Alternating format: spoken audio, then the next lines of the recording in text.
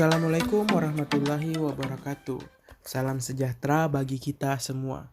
Semoga kita semua senantiasa diberikan nikmat kesehatan dan kekuatan oleh Tuhan Yang Maha Esa. Pada kesempatan kali ini, saya akan menjelaskan materi tentang perencanaan dan peramalan dalam keuangan. Tetapi sebelum itu, izinkan saya memperkenalkan diri saya. Saya Andi Isra Kirgianto Amal, mahasiswa program studi Business English Communication kelas A angkatan 2019, jurusan Bahasa Inggris, Fakultas Bahasa dan Sastra, Universitas Negeri Makassar. Itulah sedikit mengenai diri saya. Kembali ke topik pembahasan. Topik pembahasan utama kita pada kesempatan kali ini adalah perencanaan keuangan dan peramalan keuangan. Perencanaan dan peramalan merupakan dua hal yang selalu diperbandingkan. Perencanaan mengidentifikasikan tentang apa yang seharusnya terjadi di masa yang akan datang, sedangkan peramalan merupakan suatu bagian yang terintegrasi dari proses perencanaan keuangan dan terkait dengan apa yang akan terjadi di masa yang akan datang.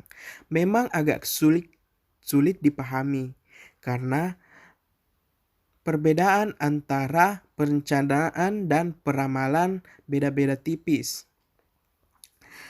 Itulah mengenai garis besar dari perencanaan keuangan dan peramalan keuangan. Mari kita ke topik pembahasan yang lebih mendalam. Topik pertama yang akan kita bahas yaitu perencanaan keuangan. Dalam perencanaan keuangan, kita akan membahas 6 topik.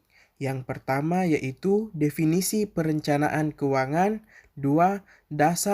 Dasar perencanaan keuangan, 3. Bentuk-bentuk perencanaan keuangan, 4. Proses perencanaan keuangan, 5. Model perencanaan keuangan, dan yang terakhir adalah manfaat perencanaan keuangan. Oke, kita masuk ke materi yang pertama yaitu definisi dari perencanaan keuangan. Perencanaan keuangan merupakan salah satu bagian dari proses perencanaan organisasi. Dari perencanaan diharapkan perusahaan dapat menghindari kesalahan-kesalahan, menghasilkan keputusan yang terbaik yang pada akhirnya mampu meningkatkan kinerja dari suatu perusahaan. Perencanaan keuangan memberikan panduan bagi perubahan dan pertumbuhan yang terjadi dalam perusahaan.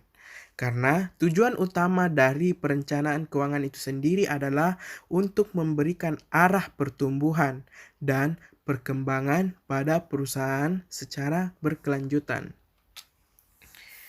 Selanjutnya yaitu tentang dasar perencanaan keuangan.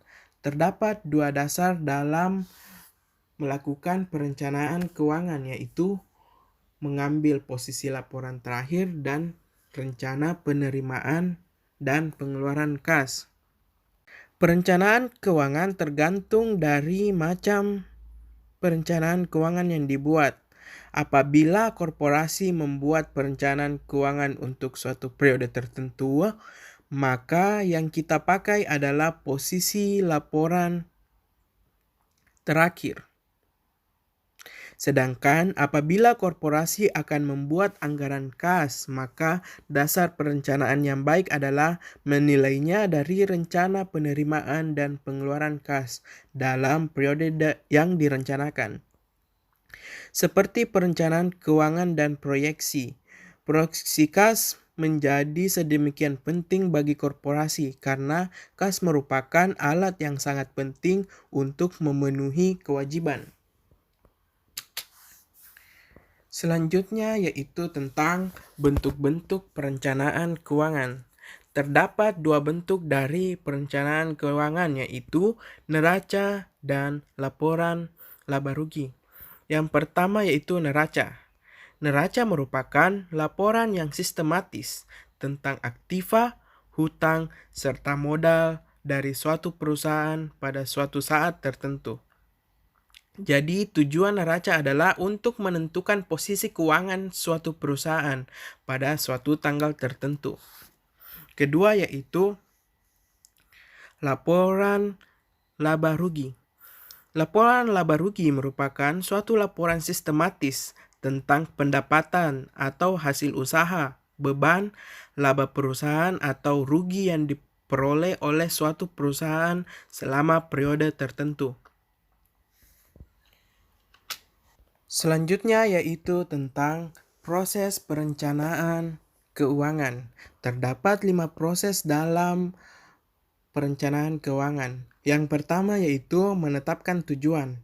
Hal yang paling mendasar dalam merencanakan manajemen keuangan perusahaan adalah dengan menentukan tujuan yang jelas mengenai apa yang menjadi proyek dari perusahaan tersebut. Tentunya, ini berdasarkan konsep perencanaan manajemen keuangan yang merupakan suatu proses dalam pengaturan aktivitas atau kegiatan keuangan di dalam suatu perusahaan, di mana yang termasuk di dalamnya adalah kegiatan planning, analisa, dan pengendalian terhadap kegiatan keuangan yang biasanya dilakukan oleh orang yang ditunjuk untuk mengatur keuangan. Jika tujuan sudah jelas, maka untuk planning program, analisa, dan lain-lain akan semakin mudah untuk dibuat. Proses kedua yaitu menentukan tujuan kegiatan. Setelah tujuan ditentukan, cobalah untuk mencari kegiatan yang tepat agar dapat mencapai tujuan tersebut. Dengan kegiatan yang tepat sasaran, tentunya juga akan memperkecil pengeluaran keuangan perusahaan pada kesempatan berikutnya. Sehingga setiap pengeluaran keuangan perusahaan menjadi jelas dan terarah, serta terhindar dari kegiatan operasional yang tidak perlu. Ketiga yaitu mencari sumber pemasukan dalam perencanaan keuangan perusahaan. Di dalam kegiatan perusahaan, harus ada sumber pemasukan untuk menjalankan tugas yang telah ditentukan. Biasanya sumber yang didapat bisa beragam, baik dari investor maupun klien dan penjualan. Menentukan dan mencari sumber dana atau pemasukan yang pasti akan memudahkan untuk manajemen juga merencanakan keuangan perusahaan. Jadi, jumlah sumber pemasukan yang jelas akan dijadikan tolak ukur untuk pengeluaran setiap kegiatan yang akan dilakukan nantinya. Keempat yaitu menentukan pengeluaran. Jika setiap kegiatan sudah tepat sasaran dan sumber pemasukan juga sudah jelas, maka langkah selanjutnya adalah mengeksekusi setiap kegiatan yang akan dilakukan dan menentukan berapa pengeluaran yang akan dikeluarkan sesuai dengan perencanaan keuangan perusahaan. Yang terakhir yaitu mencatat keuangan. Dengan mencatat setiap pengeluaran dan pemasukan dengan baik, maka akan memudahkan kita untuk memonitor setiap perputaran arus keuangan perusahaan. Hal ini yang menjadikan keberadaan perencanaan manajemen keuangan sangatlah penting pada suatu perusahaan. Dalam proses perencanaan keuangan terdapat dua aspek yang sangat penting. Yang pertama yaitu perencanaan uang tunai yang meliputi persiapan dari penyusunan budget kas perusahaan. Dan yang kedua yaitu perencanaan laba. Perencanaan laba perusahaan yang dibuat dalam bentuk laporan keuangan pro forma. Kedua hal tersebut tidak hanya berguna bagi perencanaan keuangan intern, tetapi juga dibutuhkan bagi pemberi pinjaman baik sekarang maupun yang akan datang. Selanjutnya yaitu tentang model perencanaan keuangan. Terdapat dua model perencanaan keuangan yaitu ramalan penjualan dan laporan pro forma. Ramalan penjualan. Hampir semua rencana keuangan meminta adanya ramalan penjualan yang diberikan secara eksternal. Sedangkan laporan proforma merupakan sebuah rencana keuangan, akan memiliki ramalan neraca, laporan laba rugi, dan laporan arus kas. Meskipun perencanaan keuangan dapat dilakukan dengan menggunakan kalkulator, hampir semua ramalan perusahaan dibuat dengan model peramalan terkomputerisasi.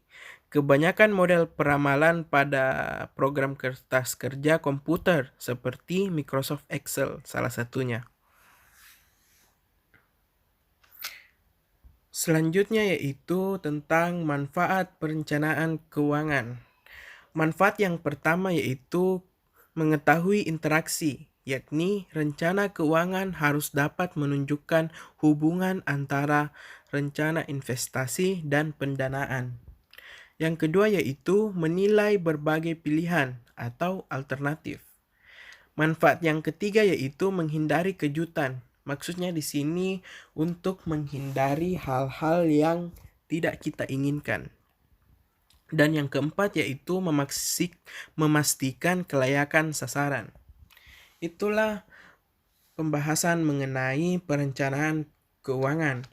Pembahasan selanjutnya yaitu mengenai peramalan keuangan.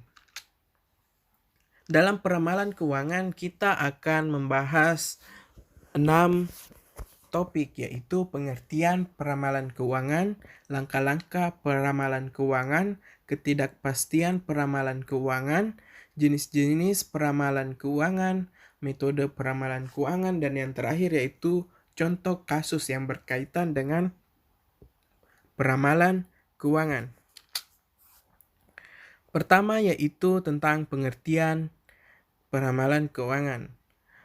Peramalan diartikan sebagai kondisi memperkirakan yang akan terjadi di masa depan. Memperkirakan artinya menetapkan hal-hal apa yang akan terjadi di masa depan. Dasar untuk memperkirakan kondisi ke depan dapat kita gunakan data masa lalu. Makin banyak data masa lalu akan makin baik dan faktor yang mempengaruhi di masa yang akan datang. Peramalan dalam manajemen keuangan digunakan untuk memperkirakan kebutuhan keuangan perusahaan di masa yang akan datang.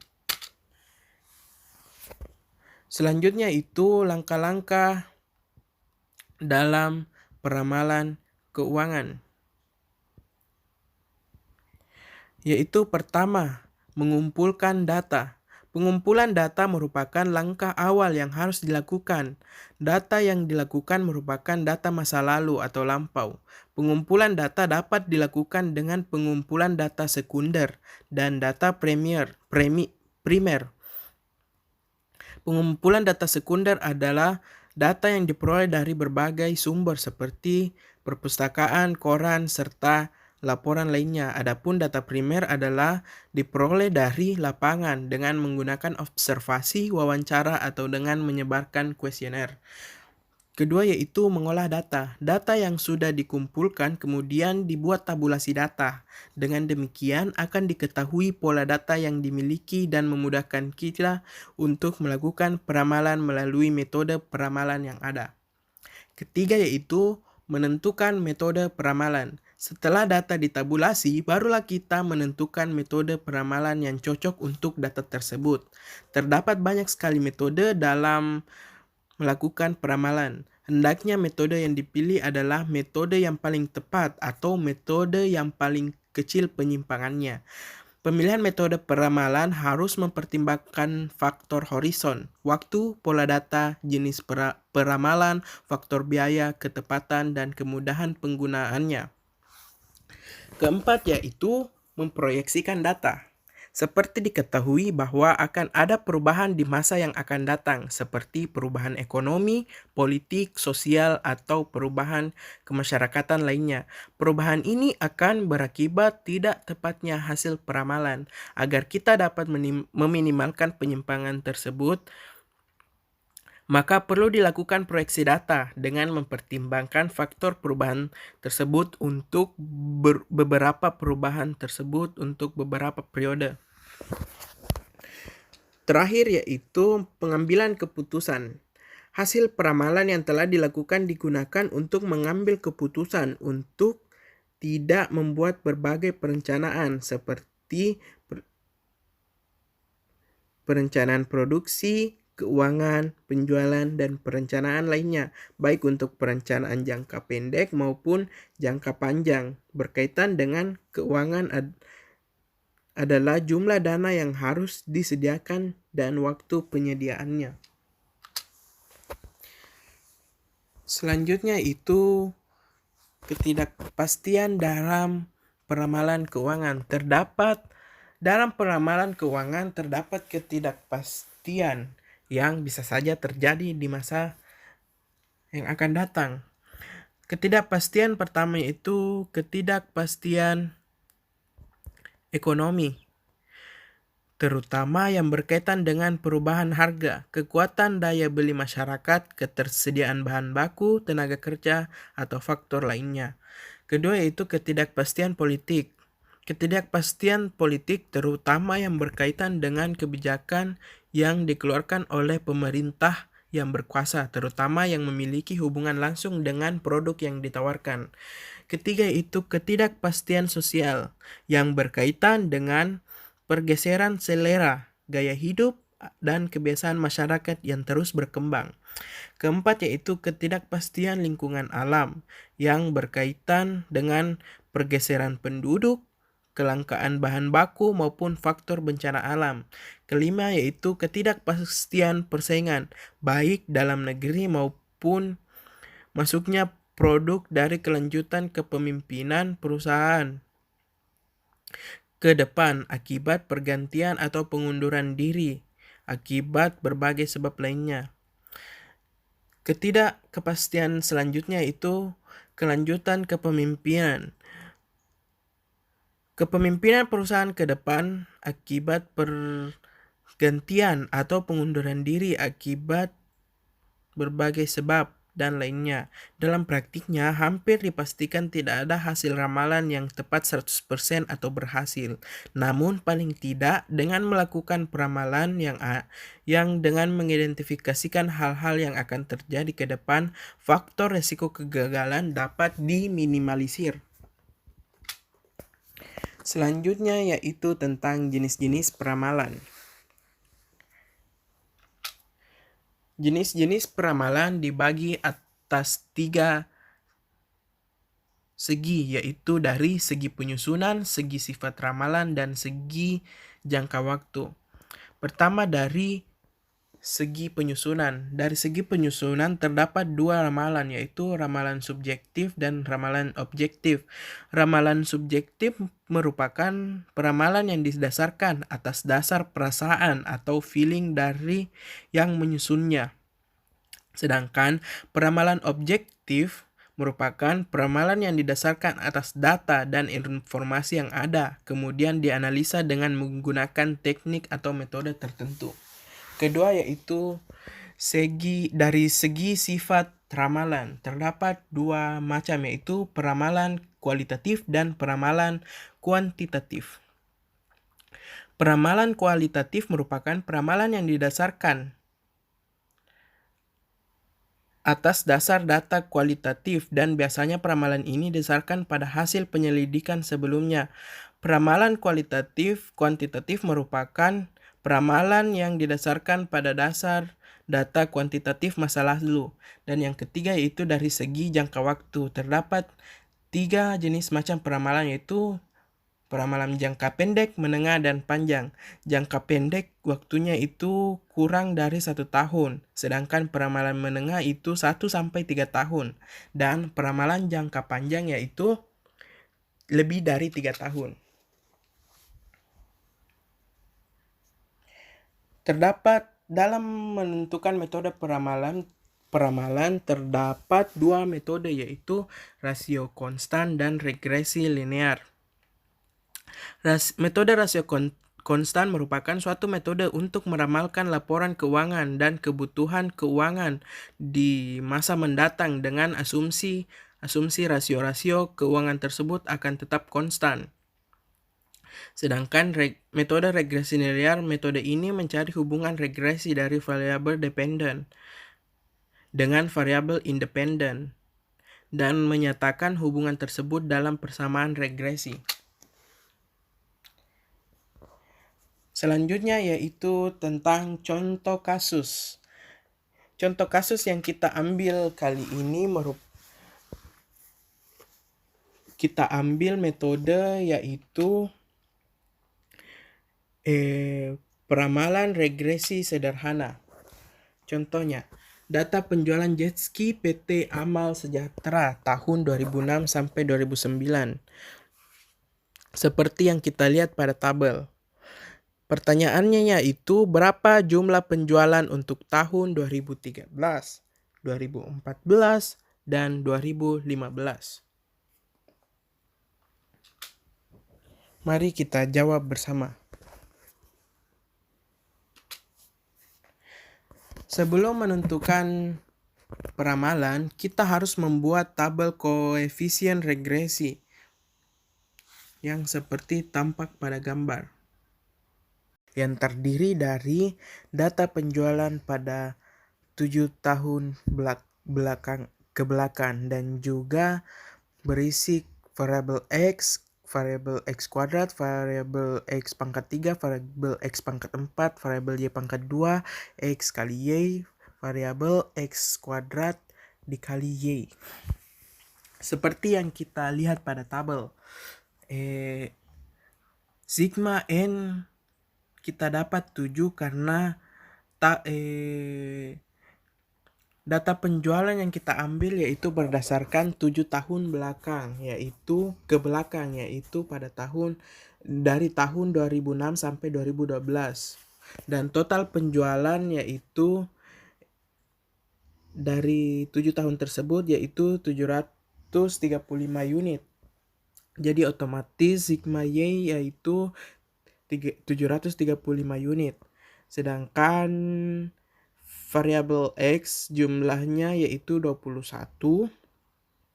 Variabel x kuadrat jumlahnya 91 seperti tampak pada gambar. Sesudah menentukan tabel koefisien regresi, kita masukkan didapat rumus yaitu sigma y sama dengan n kali a tambah b kali sigma x ditambah c sigma x kuadrat, yaitu persamaan 1. Persamaan 2 yaitu sigma xy sama dengan a kali sigma x tambah b kali sigma x kuadrat tambah c kali sigma x pangkat 3. Itu persamaan kedua. Dan persamaan ketiga yaitu sigma x kuadrat y sama dengan a kali sigma x kuadrat tambah b sigma x pangkat 3 dan c sigma x pangkat 4. Dari ketiga persamaan tersebut, kita menggunakan rumus eliminasi persamaan 1 dan 2 untuk mencari nilai masing-masing dari variabel a, b, dan x. Sini kita temukan persamaan persamaan baru yang pertama yaitu minus 355 sama dengan minus 28b kurang 168c. Itu persamaan 1. Dan persamaan kedua yaitu minus 1975 sama dengan minus 168b kurang 1092c. Setelah kita mendapatkan persamaan baru tersebut, dari persamaan 1 dan 2 diperoleh nilai C, yaitu 35 sama dengan minus 84. Otomatis C sama dengan minus 35 dibagi 84. Jadi nilai C adalah minus 0,41666.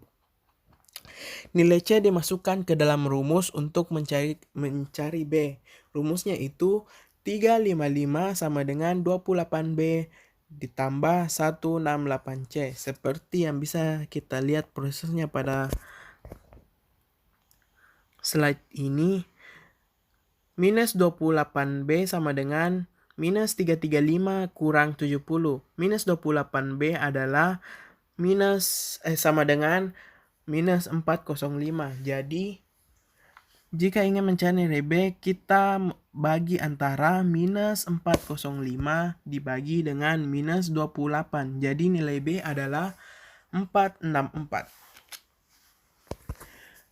Setelah itu dimasukkan ke rumus untuk mencari A. Rumusnya itu 735 sama dengan 7A tambah 21B tambah 91C. Seperti yang bisa kita lihat pada langkah-langkah pada slide ini. Jadi nilai A yaitu 67. Jadi dapat disimpulkan nilai A yaitu 76, nilai B itu 14,464 dan nilai C itu minus 0,4166.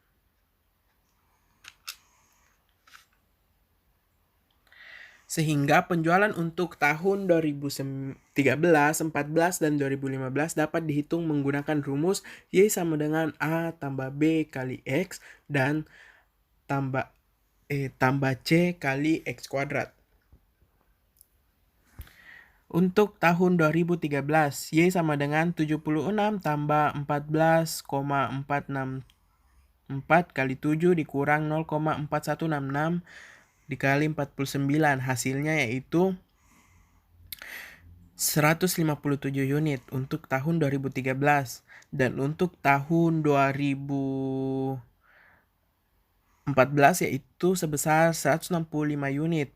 Dan untuk tahun 2015 peramalan untuk penjualannya itu sebesar 175 unit.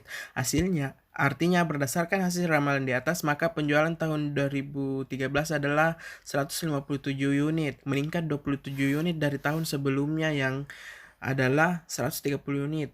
2014 sebesar 165 unit dan 2015 sebesar 175 unit. Hal ini berarti perusahaan harus melakukan perhitungan tambahan dana yang dibutuhkan untuk memenuhi kebutuhan peningkatan penjualan tersebut. Itulah pembahasan materi tentang perencanaan dan peramalan keuangan perusahaan. Terima kasih atas perhatian dan waktunya. Apabila ada kesalahan, saya memohon maaf yang sebesar-besarnya. Terima kasih.